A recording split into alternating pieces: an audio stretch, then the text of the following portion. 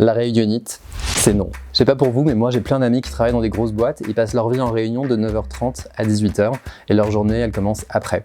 Et c'est nul parce que ils détestent leur vie, c'est hyper pénible d'être en réunion alors qu'on n'est pas toujours directement concerné.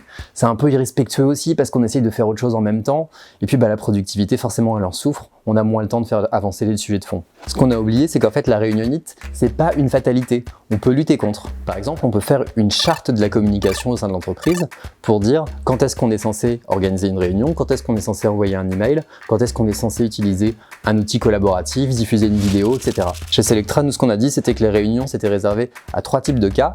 Le premier, c'est quand on a besoin de prendre une décision tous ensemble, donc avec une communication synchrone. Le deuxième, c'est quand on a besoin de motiver une équipe en particulier. Don't let your dreams be dreams. Yesterday, you said tomorrow, so just do it! Et le troisième, c'est quand on a des interlocuteurs à l'externe avec lesquels on discute, des partenaires, des journalistes, etc. Alors bien sûr, il y a plein d'exceptions à ces règles, mais ce qui est important, c'est de montrer qu'il y a une culture d'entreprise qui vise à lutter contre la réunionite. Et c'est comme ça que la peur, elle va changer de camp.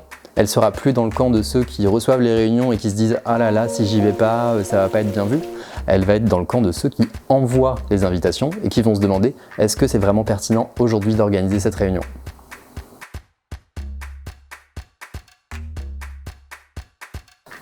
Je sais plus ce que je voulais dire.